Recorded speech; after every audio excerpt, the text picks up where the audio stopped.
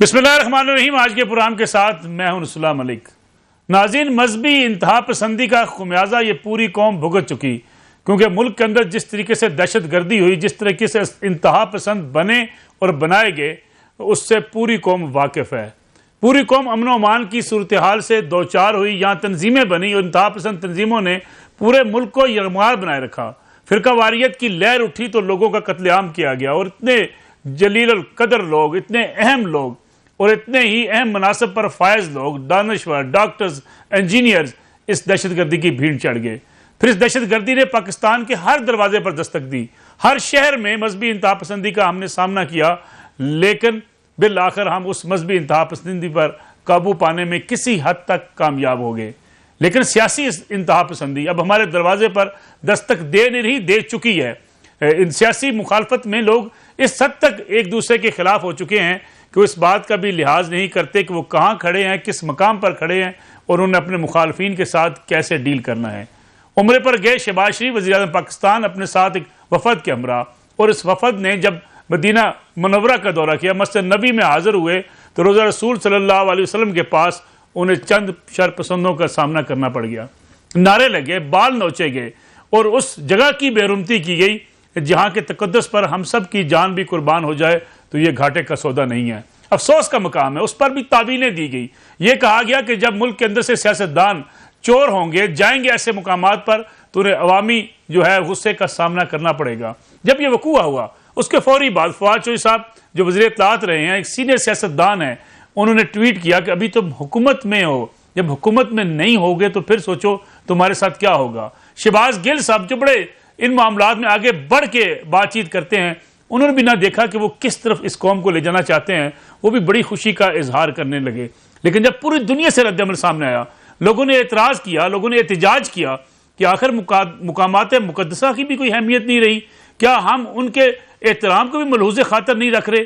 फिर थोड़ा सा और तावीलें दी गई, नहीं ऐसा नहीं होना चाहिए था, लेकिन गलत इस्तेमाल करके भी गोया अपने उस मकरूह जुर्म को छुपाने की कोशिश की गई। पूरी दुनिया में मुसलमानों का सर शर्म से झुक गया कि जहाँ पे जाके सारे मुसलमान एक हो जाते हैं, एक दूसरे से नफरतें भूल जाने का सबक दिया गया और हरम के अंदर पनाह दी गई। दुश्मन भी आ जाए उसको भी पनाह देने का हुक्म दिया गया था। वहाँ सियासी मुखालफत में इस तरह नारे लगाए जाएं और इस तरह एक दूसरे के खिलाफ गालियाँ दी जाएं, शायद इस कौम ने सोचा भी नहीं था कि ऐसी सियासत भी इस मुल्क के अंदर होगी। हमने माजी में भी देखा, जब सियासतदान वहाँ पर जाते हैं, कुछ नारे लगाते हैं, कुछ खुश होते हैं इस बात से कि वहाँ भी उनके हक में नारे लग रहे हैं। ये भी डूब मरने का मकाम है कि वहाँ जाकर जब सारे सर झुके होते हैं, सजदा रेज होते हैं, वहाँ सिवाय इस बात के अल्लाह और उसके रसूल के यहाँ हाजिरी के कुछ और याद नहीं होना चाहिए, लेकिन वहाँ भी हमें सियासत याद आ जाती है। ना जाने हम किस तरफ बढ़ते चले जा रहे हैं। ये भी आज के प्रोग्राम का मौजू है। साथ साथ 28 रोज़ तक पंजाब के अंदर हुकूमत नाम की कोई चीज़ नहीं थी। 1 अप्रैल को उस्मान बुज़दार साहब ने इस्तीफ़ा दिया, उसके बाद से 16 अप्रैल को इंतखाब हुआ। पंजाब के नए वज़ीर आला हमजा शहबाज मुंतखब तो हो गए, लेकिन स्पीकर साहब की तरफ से ना उनका हलफ लिया गया, ना गवर्नर साहब ने उनका हलफ लिया, बल्कि बार बार मुस्लिम लीग नवाज़ को, हमजा शहबाज साहब को अदालत से रजू करना पड़ा। 2 बार अदालत ने अहकाम जारी किए, लेकिन उस पर अमल दरामद ना हुआ। फिर तीसरी बार आज लाहौर हाई कोर्ट ने हुक्म जारी कर दिया और ये कहा कि हम नुमाइंदा मुकर्रर कर रहे हैं स्पीकर कौमी असम्बली को, जो कल सुबह 11:30 बजे हल्फ लेंगे हमजा शहबाज से, जो 9 मुंतखब वज़ीर आला हैं। गोया यहाँ पे भी हमने उस सियासी इंतहा पसंदी का मुजाहरा किया। गोया पूरे पंजाब के अंदर जो तमाशा लगा, जो पंजाब असम्बली के अंदर अरकान एक दूसरे से गुत्थम गुत्था हुए, जख्मी हुए, जो सूरत हाल देखी, उससे लगता ही है कि इन सियासतदानों को कोई सबक सीखने को मिला ही नहीं है। गोया वो पूरी अपनी इस जमहूरियत के ऊपर लोगों को आवाज़ें उठाने का मौका फराहम कर रहे हैं। ये सूरत हाल बनी हुई रही पंजाब के अंदर, और आज भी पीटीआई इस बात को मानने को तैयार नहीं है कि जो आज हाई कोर्ट का फैसला आया उस पर भी कहा जा रहा है कि आज रात ही अदालत से रजू किया जाएगा। गोया हलफ को रोकने की हर हाल में कोशिश की जाएगी। गवर्नर साहब बीमार हुए, अस्पताल में जाके ठहरे, कोई भी हलफ लेने के लिए तैयार नहीं था, लेकिन आज अदालत के हुक्म के बावजूद अब भी इससे भागने की कोशिश की जा रही है। क्या रात को ये चैलेंज हो सकेगा? क्या सुबह अदालत में पहले अगर कोई पहुंच गया तो 11:30 बजे का हलफ रुक सकता है? इसमें भी बात करेंगे, लेकिन छोटे से ब्रेक के बाद वापस आएंगे। हमारे साथ मेहमान मौजूद होंगे, उनसे पूछेंगे पंजाब की सियासत के हवाले से, 9 मुंतखब वज़ीर आला के हलफ के हवाले से, और फिर बात होगी मस्जिद नबी सल्लल्लाहु अलैहि वसल्लम में जो कुछ हुआ इसके जिम्मेदार कौन है? वापस आते हैं एक ब्रेक के बाद। प्रोग्राम में एक बार फिर खुशामदीद। हमारे साथ मौजूद है वफाकी वज़ीर दाखिला और मुस्लिम लीग नवाज के सीनियर रहनुमा जनाब राना सनाउल्लाह साहब। राना साहब, बहुत बहुत शुक्रिया प्रोग्राम में वक्त देने का।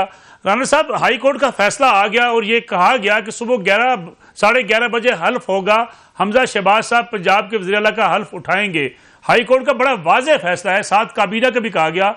लेकिन अभी चौधरी परवेज़ साहब कह रहे हैं कि हम सुबह जाएंगे हाई कोर्ट, सड़कों पर हल्फ नहीं होते, ना ही उनके इंतखाब सही हुआ है, वो असम्बली के अंदर उनका इंतखाब नहीं हुआ। गोया मामला फिर लटक सकता है।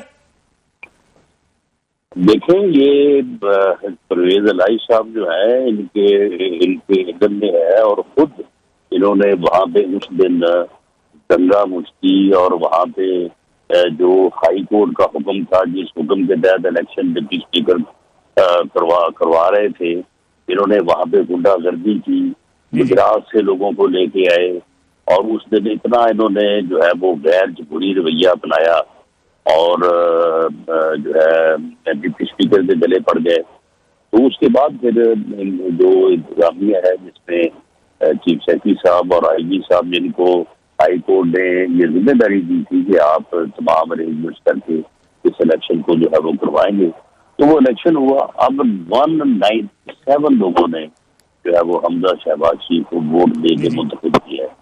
आज तक ये तो इन्होंने बात नहीं की, चैलेंज नहीं किया कि नहीं जी वो तो मेंबर तो थे ही नहीं, मेंबर तो हमारे साथ है, ये 197 का फिगर ये गलत दे रहे हैं।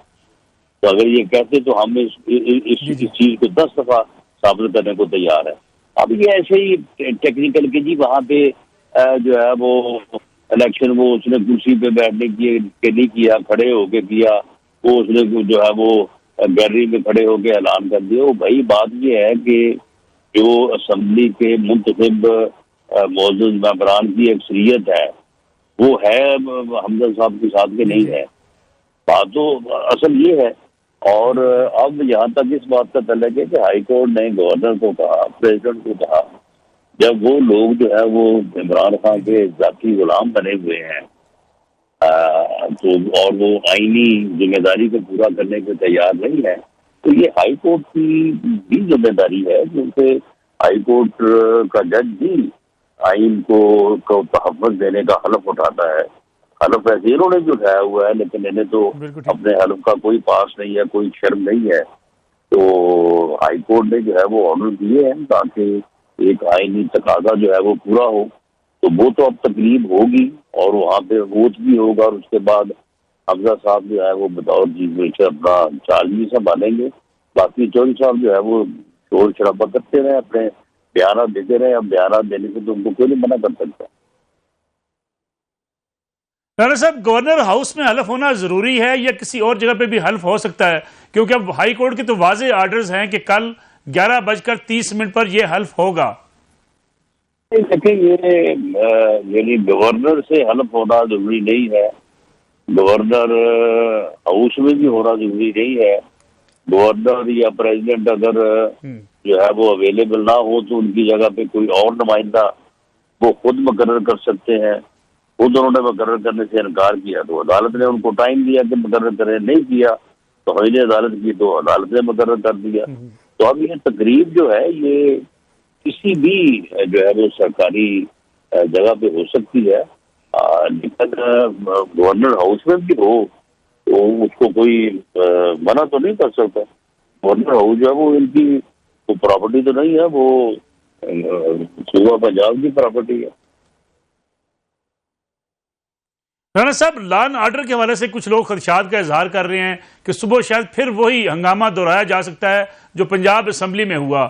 क्या आप समझते हैं ऐसी कोई नौबत आ सकती है? फिर इंतजामात क्या होंगे? आप वज़ीर दाखिला हैं, लॉ एंड ऑर्डर को मेंटेन करना आपकी जिम्मेदारी है।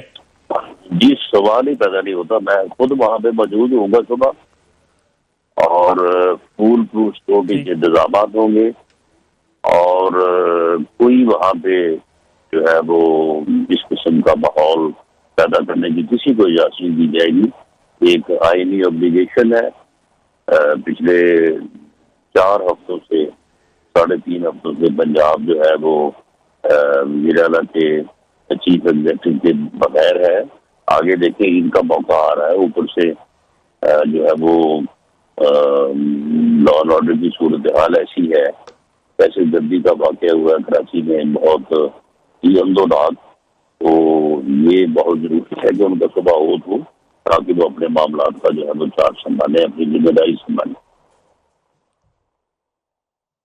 राना साहब, रोजा रसूल सल्लल्लाहु अलैहि वसल्लम पे जो कुछ हुआ, कुछ ऐसी वीडियोस भी सामने आई कि पाकिस्तान से लोग उभार रहे हैं तशद्दुद पर, लोगों को एहतजाज पर, और जो वाकया हुआ उसके पस मंजर अगर देखें तो वो वीडियोस बड़ी रेलिवेंट हैं। क्या आप उस पर भी तहकीकात कर रहे हैं? ऐसे लोगों की गिरफ्तारी अमल में लाई जा सकती है जिन लोगों ने उन लोगों को तशद्दुद पर उकसाया? ये नाकाबिले माफी जुर्म है। ये जुर्म जो है, ये कोई मुसलमान जो है वो तो करने की जो है वो बहुत बिल्ला जिसारत नहीं कर सकता, उसके दिल में ख्याल नहीं आ सकता। लेकिन ये वक्त जो है, इन्होंने ऐसा सोचा, ऐसा किया, इसमें कोई शक नहीं है कि इन्होंने यहाँ से बंदे भेजे, इन्होंने यूके से बंदे मंगवाए, इन्होंने यहाँ पे बैठ के मॉनिटर किया, इनका टेलीफोन डेटा, इनकी और सारी चीजें जो है वो बिल्कुल हर चीज जो है वो जब इन्वेस्टिगेशन होगी सामने आ जाएगी। तो ये जो नाकाबिले माफी जुर्म है, तो तौहीन इन्होंने करने की कोशिश की है, और रसूल सल्लल्लाहु अलैहि वसल्लम की इसकी माफी ना तो इनको हमसे मिलेगी, तो ना ही इनको जो है वो खुदा से मिलेगी। इनकी दीन, दुनिया, आखिरत सब जो है वो खराब हो चुकी है। राना साहब, हेट स्पीच के बारे में आपकी वजारत भी काम कर रही होगी। माजी में भी कहा गया जो लोग हेट स्पीच करेंगे, वायलेंस पे किसी को मारेंगे, ऐसी वीडियो सामने आएंगी, उन लोगों की गिरफ्तारियां भी होंगी, मुकदमात भी बनेंगे। लेकिन ऐसा हुआ नहीं है। लोग बच जाते हैं हेट स्पीच करने के बावजूद, या ऐसी वीडियो सामने लाने के बावजूद जिस पे वो लोगों को तशद्दुद पर, लोगों को एहतजाज पर, वायलेंस पर उभार रहे होते हैं। देखिए, सियासी तौर पर पुरअमन एहतियाज की क्योंकि एक जमहूरी माशरे में इजाजत होती है, तो इसके लिए पॉलिटिकली तो इस चीज को जो है वो स्पेस देनी पड़ती है। लेकिन इससे पहले फिरका वाराना इंतहा पसंदी, जिसे मजहबी इंतहा पसंदी आप कहते हैं, वो तो थी, और उसके लिए हमारी जब गवर्नमेंट थी हमने पूरी भरपूर मेहनत की, बल्कि कंट्रोल भी किया पंजाब में। लेकिन अब ये जो सियासी इंतहा पसंदी है, ये तो पहली दफा इस जमात, इसका नाम पीटीआई है और इसके लीडर इमरान खान ने जो है ये इंट्रोड्यूस करवाई है। इससे पहले कभी जो है वो इस किस्म की सियासी तौर पे छोटी मोटी तरक्की हो जाया करती थी, तो ठीक है, कोई ऊंच नीच हो जाती, लेकिन इस किस्म की इंतहा पसंदी, इस किस्म की तकसीम, इस किस्म का अपने वर्कर्स को बेराह रवि पे, गुमराही पे जो है वो भागना, ये तो इससे पहले कभी पाकिस्तान में ये एक्सपीरियंस नहीं हुआ। ये पहली दफा है कि ये चीजें जो है वो सामने आ रही है, तो इसलिए इनका जो है वो सदेबाप किया जाएगा। राना साहब, इमरान खान साहब ने कहा कि वो 3 मिलियन लोग लेकर इस्लामाबाद की तरफ आएंगे। क्या उन्हें रेड जोन में आने की इजाजत होगी? और क्या आप समझते हैं कि इस्लामाबाद में उनको आने के लिए कोई किसी मखसूस जगह पे जलसा करने की इजाजत दी जाएगी? देखिए, ये 3 मिलियन कहाँ से ले आएंगे? आज तक इन्होंने कभी 3 मिलियन बंदे इकट्ठे किए हैं इन्होंने। ये पिछली दफा है, उस वक्त इनका बड़ा रूल था और कोई बात इनके खिलाफ नहीं थी, क्योंकि इन्होंने कभी उससे पहले जो है वो बहुत रहे नहीं थे। तो उस वक्त बड़ा जोश, उस वक्त यही कहते थे, उस वक्त मोटा 5 मिलियन कहते थे। तो टोटल जो है वो 12-13 हजार लोगों को लेके इस्लामाबाद दाखिल हुए थे, और उसके बाद फिर जो इन्होंने वहां पे किया वो आपके सामने है। रोज शाम को एक जलसा करते थे, और उस जलसे को क्यों आते थे, कैसे आते थे, ये एक अलग बात है। आप बेलम में है, मैं उससे ना ही बात करूँ तो बेहतर है। तो 3 मिलियन लोग कहाँ से लेके आ जाए? राना साहब, आप सफर में आखिरी सवाल आपसे जानना चाहेंगे, सऊदी हुकाम से कोई रब्ता हुआ आपका? कुछ इत्तलात हैं कि सऊदी हुकाम ने भी रब्ता किया हुकूमत पाकिस्तान से, जो लोग गिरफ्तार हुए उनके हवाले से? जी, थ्रू एम्बेसी रब्ता है, और हमारी जो इंफॉर्मेशन हमें मिली है उसके मुताबिक वो जो है इंतहाई काबिल अफसोस और काबिल काबिल मजम्मत वाक़े के ऊपर जो है वो अपने मुल्क के कानून के मुताबिक इसके ऊपर कार्रवाई कर रहे हैं। बहुत बहुत शुक्रिया। राना सनाउल्लाह साहब हमारे साथ मौजूद थे, वफाकी वज़ीर दाखिला। प्रोग्राम एक ब्रेक का वक्त हुआ है, ब्रेक से वापस आएंगे, इसी मौजू की बात करेंगे जो राना सनाउल्लाह साहब कह रहे थे कि अफसोसनाक वाक़या, कुछ गिरफ्तारियाँ भी हुई हैं सऊदी अरब के अंदर और इन गिरफ्तारियों का नेटवर्क शायद फैल भी सकता है क्योंकि कुछ डाटा जो है वो उन मोबाइल फ़ोन से भी निकला है जो लोग गिरफ्तार हुए हैं।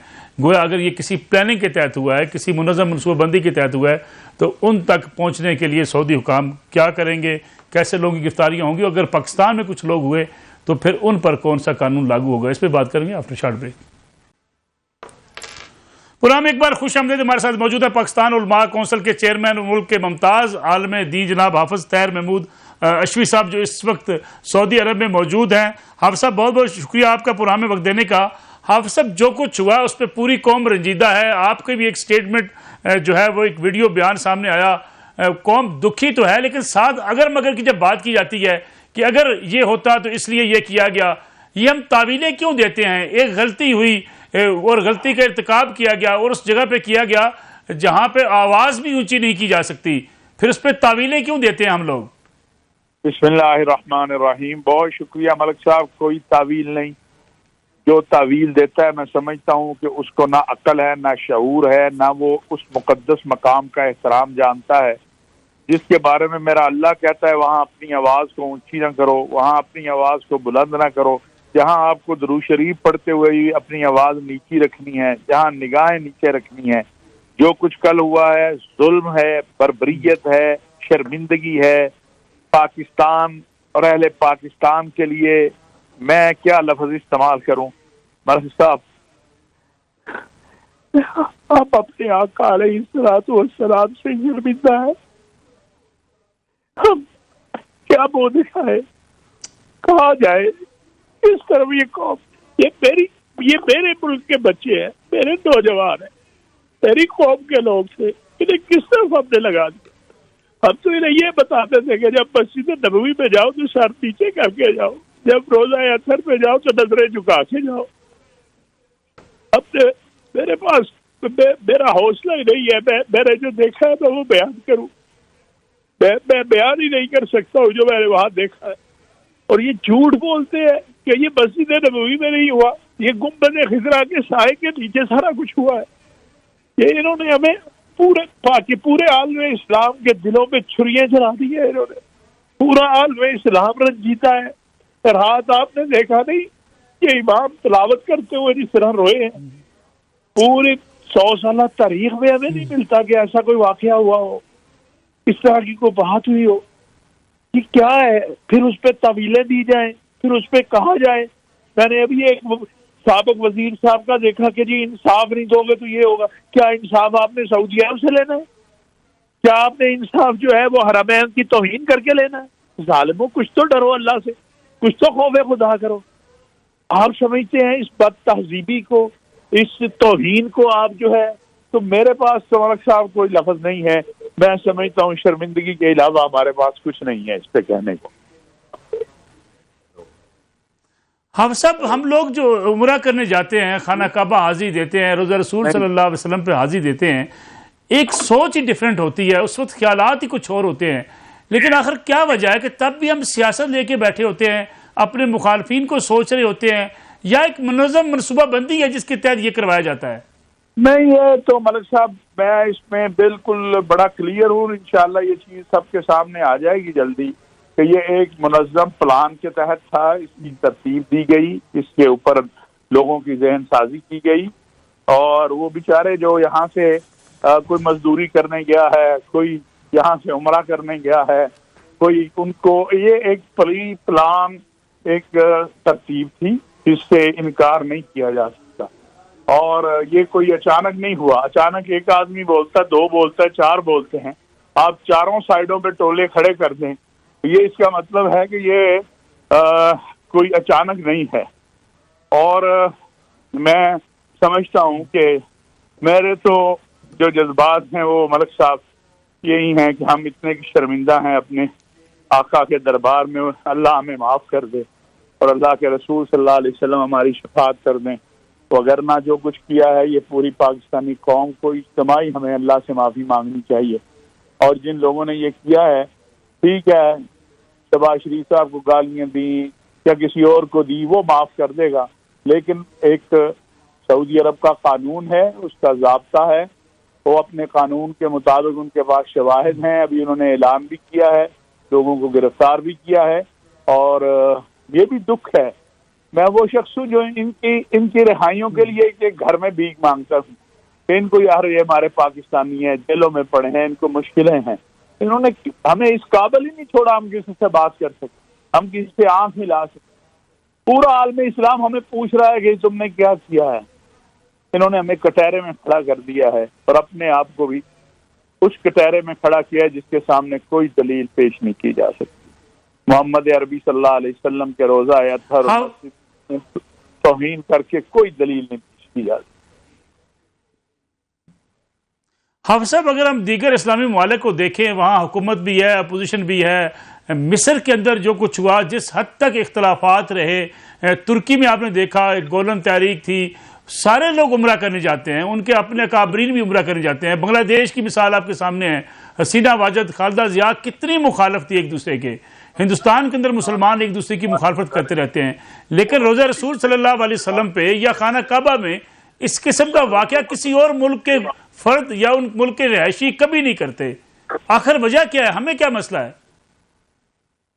हमारा कोई लीडर ही नहीं है, हमें कोई समझाने वाला ही नहीं है। हमने पिछले 40 सालों में यही कुछ सिखाया अपने लोगों को, और फिर पिछले 10 सालों में जो जितनी बड़ी गाली दे, बदतहजीबी करे, बदतमीजी करे, रेटिंग हमें लेके बैठ गई।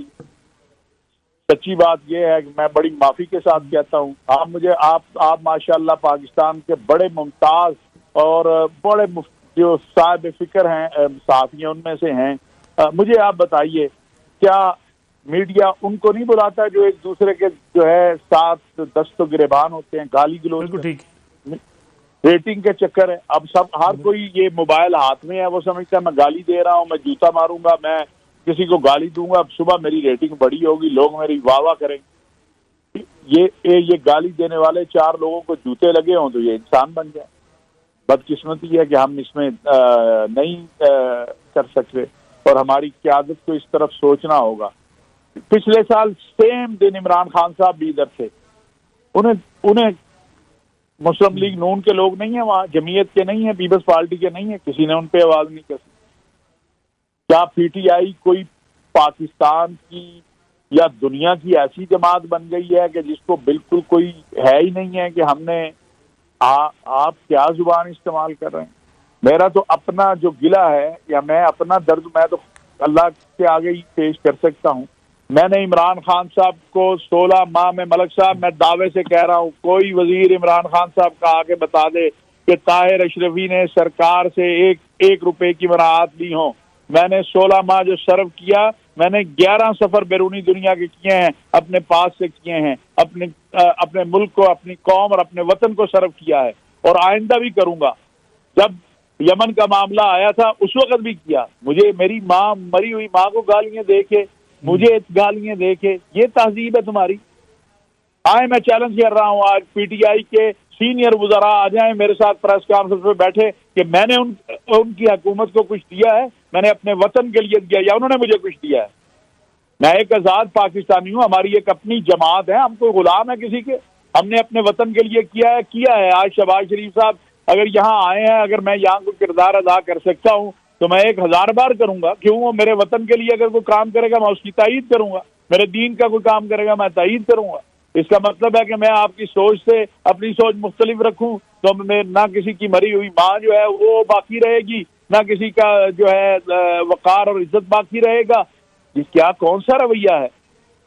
मैं आज इमरान खान साहब से बड़े गिले से कहना चाहता हूँ कि खान साहब, मैंने आपसे 1 रुपया नहीं कभी लिया, मैंने कोई 1 रुपए की मराहत नहीं ली। आपके कारकुन जो है, आपकी सोशल मीडिया टीम जो इस वक्त कैंपेन मेरे खिलाफ चला रही है, आपके तो बच्चे इंग्लैंड में रहते हैं, हमारे बच्चे पाकिस्तान में रहते हैं, हमारे बेटे और बेटियां हैं, हम हमारी रिश्तेदारियां, हमारे बहन भाई हैं। आप किस तरफ ले जाना चाहते हैं? आप ये आग किस तरफ जाएगी, कौन रोकेगा इस आग को? अगर कल वहां मुस्लिम लीग नवाज का 100 लड़का आ जाता या जमीयत का आ जाता या किसी और जमात का, तो क्या होता वहां पर? वहां क्या दंगल लगता? वहां जो खून बहता उसका जिम्मेदार कौन था? तो बस कीजिए आप। एक तरफ अगर आप रात शबे दुआ कर रहे थे तो आपको आज सबसे पहले आके प्रेस कॉन्फ्रेंस करनी चाहिए थी। मैं आपको एक आशिक रसूल समझता था, लेकिन आज मुझे दुख हुआ कि मस्जिद नबवी की 100 साला तारीफ में ऐसी तौहीन नहीं हुई जो कल हुई है, और आपके जो साथी हैं वो उसकी हौसला अफजाई कर रहे हैं। ये काबिल शर्म बात नहीं है। लीडरों का रवैया ये होना चाहिए। ये मलिक साहब, मैं समझता हूँ अब सब कुछ जराए ये कि मुझे आपकी मसरूफियत का एहसास है आप साहब, लेकिन कुछ ये जराए भी कहते हैं कि जब आप खान साहब से कहा करते थे इस जारहाना लैंग्वेज या इस गुस्से वाली लैंग्वेज या जो लोगों के अलकाबात से पुकारा करते थे, खासतौर पे मौलाना फजल रहमान साहब के हवाले से, जब आप उनसे बातचीत करते थे कन्विंस नहीं होते थे इस बात पे? नहीं, वो कहते थे अच्छा नहीं करता, फिर उन्होंने छोड़ा भी बीच में। मैं बिल्कुल एक अरसा तक उन्होंने खान साहब का नाम वो मौलाना का नाम नहीं बिगाड़ा, लेकिन मेरा गर्ज मौलाना का नाम बिगाड़ना या नहीं है। मेरी गर्ज ये मेरी नस्ल तबाह हो रही है। मुझे आप मलिक साहब बताएं, कल अगर 100 नौजवान जो है, 100 तो होगा ना मुस्लिम लीग नवाज का और जमीयत का और इन सारी पार्टियों का, अगर वो भी वहां आ जाता तो क्या होता वहां पर? फिर क्या होता? हम क्या तमाशा लगा रहे हैं? पूरी दुनिया और क्या हमारी औलादें नहीं है, हमारे फॉलोअर्स नहीं है, हमारे पैरोकार नहीं है? आप क्या चाहते हैं? गली गली जंग शुरू हो जाए, मोहल्ले मोहल्ले जंग शुरू हो जाए? हम किसी की मां को नहीं बख्श रहे। आप ही के पास सिर्फ सोशल मीडिया टीम है। खान साहब, आपकी कोई बेटी नहीं है जिसका आपने यहाँ शादी करनी हो, या जिसकी आपने शादी की हो उसके ससुराल हो।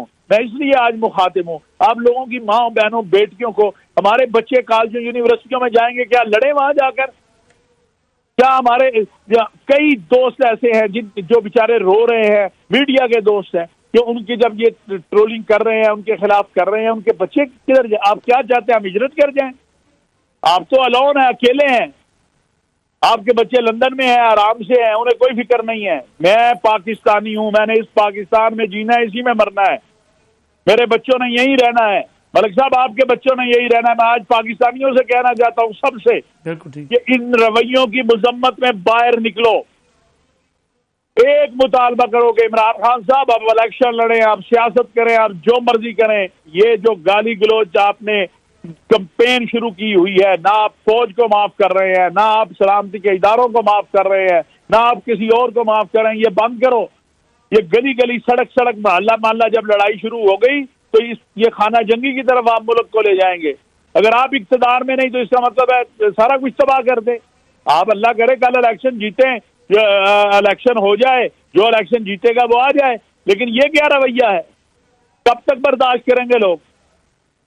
कल जो शाहजैन बुगटी के साथ हुआ है, क्या उसके बलोच वहां लड़के नहीं थे? कल जो मरियम औरंगजेब के साथ हुआ है, ये शराफत है? मस्जिद नबवी के अंदर आप एक औरत के साथ ये सलूक करें? और क्या ये हकीकत नहीं है कि इसके ऊपर हमारे साबिक वजीर दाखिला ने कॉल दी हुई थी? शेख रशीद साहब की प्रेस कॉन्फ्रेंस नहीं है इसके ऊपर? ये क्या है? आपने हमें शर्मिंदा कर दिया है। हम एक दोस्त मुल्क के सामने शर्मिंदा हैं। उनकी हिस्ट्री में जहां का अमनो अमान पे की कस्में लोग खाते हैं कि सऊदी अरब का ऐसा जबरदस्त अमनो अमान है, ऐसी सूरत हाल है, उनको आपने कहाँ ला के खड़ा किया है? आप क्या कल पिछले साल आप भी यहाँ आए थे, उन्होंने इसी तरह आपकी भी खिदमत की थी, इसी तरह आपको भी प्रोटोकॉल दिया था। तो ये बहुत अफसोसनाक है कि खाली मियाँ शहबाज शरीफ की के साथ ज्यादती रही हुई है, ये पाकिस्तान के साथ ज्यादती हुई है, ये मस्जिद नबवी के साथ ज्यादती हुई है, ये रोज़ा रसूल सल्लल्लाहु अलैहि वसल्लम के सामने तौहीन हुई है। इसके ऊपर चाहिए था कि ये आज प्रेस कॉन्फ्रेंस करती पीटीआई की क़यादत, इसकी मजम्मत करती। आगे से कहा जा रहा है ये इंसाफ है, तो कल 2 थप्पड़ आपके किसी बंदे को कोई मारेगा तो वो भी कहेगा ये इंसाफ है। कल को खड़ा होकर आपके घर के बाहर इसी तरह मजमा लगाएगा, वो कहेगा यही इंसाफ है। अगर आप जंगल बनाना चाहते हैं पाकिस्तान को, तो आप मत समझें कि आप ही के पास लोग हैं। क्या दूसरी जमातों के पास लोग नहीं है? लोग तो मैं अभी बता नहीं सकता हूं, क्योंकि मैं नहीं चाहता मुल्क के अंदर ये माहौल पैदा हो कि जो माहौल इससे एक दिन पहले पैदा किया गया हमारे एक सेनेटर साहब के साथ, उससे ये कोई रवैये हैं। अपने रवैयों को तब्दील करें, आप मुल्क में सियासत करें, आप इलेक्शन जीत जाए, आप बन जाए वजीर आजम। आप अदम एतमाद से गए हैं, आपको किसी ने निकाला तो नहीं है, और आप अपने लोग नहीं संभाल सके हैं। वो 40 आपके एमएनए भागे हैं, आपकी पार्टी के भागे हैं कि किसी और ने भगाए हैं? उनको भी आपने गाली गलौज से भगाया है। आप बुलाए मलिक साहब किसी दिन उन सारे लोगों को जो मुनहरिफ अराकीन है, मैं सियासत पे बात नहीं करना चाहता हूं, लेकिन आप उनको बुलाएं, उनमें से 80% वो है जो गाली गलौज की वजह से छोड़कर गए हैं खान साहब को। ये जो इन्होंने अपनी ये टीम बनाई हुई है, तो मेरी तो माँ को गालियां दोगे वो तो जन्नत में है इंशाअल्लाह, उसका अजर ही बढ़ेगा। हमें भी गालियां दोगे रमजान में, हमारा अजर बढ़ेगा। लेकिन हमें खौफ है कि कब तक लोग बर्दाश्त करेंगे अपने लीडरों और अपने मानने वालों, अपने से मोहब्बत करने वालों की ये तौहीन। इसके बदले में कोई बड़ा नुकसान ना हो जाए, इसलिए खुदारा रहम कीजिए और इस सिलसिले को तमाम जमातें बंद करें। मैं खान साहब चूंकि पीटीआई सरे फरिश्त है, खान साहब से अर्ज करूंगा, सबसे पहले हाथ बांध के अर्ज करूंगा, उनका एक जो है पुराना जो मैंने उनकी खिदमत की अपने वतन के लिए, उस नाते अर्ज करूंगा कि इस सिलसिले को बंद करवाइए, तो अगर ना मुल्क जो है इसमें ये खाना जंगी की तरफ जाएगा। और खाली आपके पास ही नौजवान नहीं है, दूसरी जमातों के पास भी हैं। ये इलेक्शन हो जाएगा जब पता चल जाएगा किसके पास क्या है, लेकिन इस सिलसिले को बंद कीजिए और खुदा का वास्ता है फ्रंट पे आइए। बहादुर हैं आप, तो कहते हैं आप फ्रंट से लड़ते हैं, आके इस मस्जिद नबवी के तौहीन के वाक़े की मजम्मत करें जो हमने अपने दिलों में एक तसव्वुर बनाया हुआ है कि आप एक सच्चे आशिक़े रसूल हैं, उसको किरची किरची मत करें। बहुत बहुत शुक्रिया। हाफ़िज़ तैयर महमूद अशवी साहब हमारे साथ मौजूद थे। हम सब भी दुखी हैं, बिल्कुल पूरी उसी कौम की तरह जैसे कल के वाक़े पे हम सब शर्मिंदा हैं कि हमारे नौजवान जाके अगर वहाँ इस किस्म की हरकत करेंगे, पाकिस्तानी करेंगे, तो पूरी दुनिया के सामने पाकिस्तान का क्या चेहरा जाएगा। पूरी दुनिया से वहाँ उम्रा करने लोग आते हैं, खाना काबा में मौजूद होते हैं, मस्जिद नबवी के अंदर मौजूद होते हैं, सारे सियासी इख्तलाफात अपने अपने मुल्क में छोड़ कर आते हैं। लेकिन हमें न जाने क्या हो जाता है कि हम वहाँ जाकर अपने इख्तलाफात को भी अपनी इबादत पर फोकियत दे देते हैं। नाज़रीन, आज का प्रोग्राम था, कल आपकी खिदमत में दोबारा हाज़िर होंगी। इजाज़त दीजिए, अल्लाह हाफ़िज़।